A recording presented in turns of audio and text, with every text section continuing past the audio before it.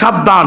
আলহামদুলিল্লাহ আমাকে যুব সমাজ আশ্বাস দিয়েছে, আমাকে আমার এলাকার যুব সমাজ আশ্বাস দিয়েছে, ইসলামের বিপক্ষে যারা অবস্থান নেবে, মুসলমানদের উপর যারা হামলা করবে, এদেরকে যারা এমন কাজ করবে, এমন কোনো দল বাংলাদেশে চলতে দেওয়া যাবে না।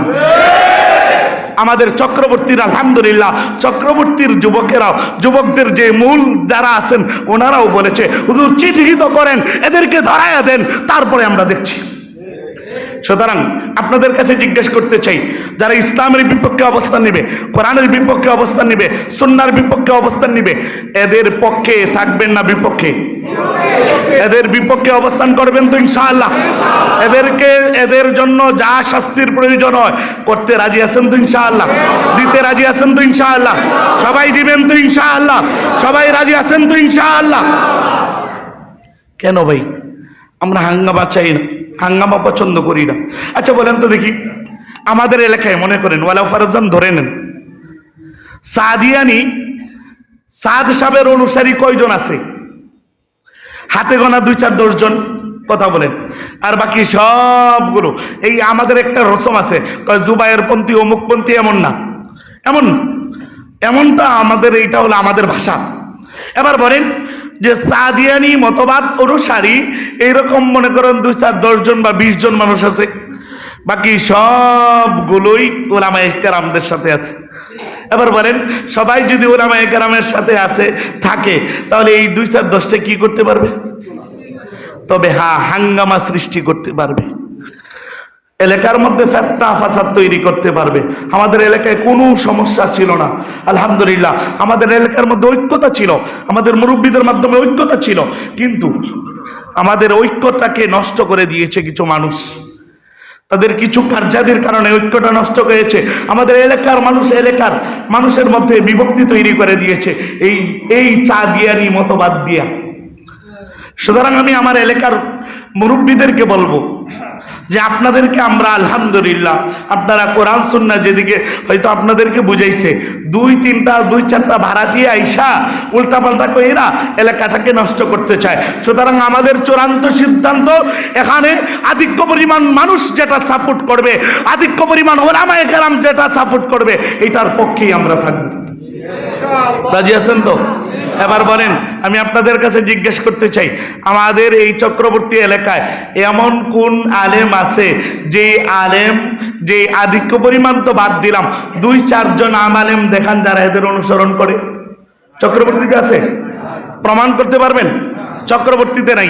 এবার বলেন, আমার চক্রবর্তীকে ঠিক রাখার জন্য সব আলেমরা যেদিকে থাকে আপনারাও ওই দিকে থাকবেন তো ইনশাআল্লাহ? উলামায়ে কেরামের অনুসরণ করবেন তো ইনশাআল্লাহ? কেন করবেন?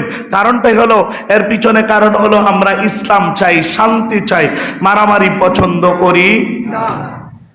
আমি এতদিন পর্যন্ত সাদিয়ানীদের ব্যাপারে সুস্পষ্ট এমন বক্তব্য দিইনি, যখন দেখতেছি এরা আমাদের উপর একের পর একটা হাঙ্গামা করতেছে, এখন দেখছি মানুষগুলোকে বাঁচাতে হবে, দিনকে বুঝাতে হবে। দিন বোঝানোর জন্য এবার সুস্পষ্ট কোরআন বলেন, হাদিস বলেন, কোরআন হাদিসের মাধ্যমে সুস্পষ্ট হলো উলামায়ে কেরাম জিম্মাদার, উলামায়ে কেরাম এই দায়িত্ব পালন করবে, উলামায়ে কেরামের তত্ত্বাবধানে চলতে হবে। যারা 2-4টা মানুষ যারা চক্রবর্তীতে এমন হাঙ্গামা সৃষ্টি করতে চায়, তাদেরকে শাস্তির আওতায় আনার দরকার। শাস্তির আনার আওতার মাধ্যম আমরা আলোচনা করছি, থানা থেকেও আমাদেরকে জানানো হয়েছে, আমরা আমাদের এলাকার মুরব্বীদের সাথেও কথা বলছি, আমরা সুস্পষ্টভাবে চিন্তা ভাবনা করছি, বাংলাদেশ যেদিকে যাবে আমরাও সেদিকে যাব। বাংলাদেশের যেহেতু আমরা, কারণ আমাদের দেশের মধ্যে হাঙ্গামা দাঙ্গামা সৃষ্টি করতে চায় কিছু মানুষের মাধ্যমে, কেন না? কারণ ওদের টার্গেটেই ভিন্ন। ভারতের টার্গেট বাংলাদেশকে একবারে সুন্দরভাবে বাংলাদেশ চলুক, এটা ভারতের টার্গেট নয়। ভারতের টার্গেট হলো বাংলাদেশকে নস্যাৎ করার জন্য, ভারতের টার্গেট হলো এদের ভিতরে ফাটল সৃষ্টি করে মারামারি আর কাটাকাটি বাঁধিয়ে দেওয়ার জন্য। সুতরাং আমরা বাংলাদেশের মানুষ, হব্বুল ওয়াতন মিনাল ঈমান, দেশপ্রেম ঈমানের অঙ্গ। সুতরাং দেশের প্রতি প্রেম দেখাতে হবে, দেশের প্রতি আমাদের ভালোবাসা থাকবে। সুতরাং দেশের ভালোবাসা রক্ষার্থে আমরা আমাদের বাংলাদেশের মধ্যে কাউকেও সাদিয়ানি মতবাদ নামে হাঙ্গামা করতে দেওয়া যাবে না। রাজি আছেন তো? সুতরাং এর জন্য ব্যবস্থাপনা হবে। যারা টঙ্গীর জিতেমার ময়দানে গিয়ে হামলা করেছে তাদের লিস্ট আলহামদুলিল্লাহ চলে আসছে, আলহামদুলিল্লাহ লিস্ট চলে আসছে, ক্লিয়ার হয়ে যাবে। ও চিরেই তদন্ত করে রিপোর্ট হয়ে যাবে ইনশাআল্লাহ। মনে রাখবেন যে আমরা চাই কোরআন চলুক, সুন্নাহ চলুক। কোরআন দিয়ে মানুষ চলবে, সুন্নাহ দিয়ে মানুষ চলবে। জুমার দিন একটা দিন মানুষ বয়ান শুনতে আসে, এখানে আমরা অন্য কোনো কিছু বলতে চাই না। তবে হ্যাঁ, যদি আমাদেরকে বাধ্য করা হয় ঈমানের দাবিতে, ইসলামের দাবিতে, কোরআনের দাবিতে, সুন্নাতের দাবিতে আমরা এক হয়ে যাব। এক হয়ে যারাই ইহুদিবাদ বাস্তবায়ন করতে চাইবে, সাদিয়ানি মতবাদ বাস্তবায়ন করতে চাইবে, তাদের বিরুদ্ধে আমরা ইনশাআল্লাহ সোচ্চার হয়ে একই সাথে লড়াই করব ইনশাআল্লাহ।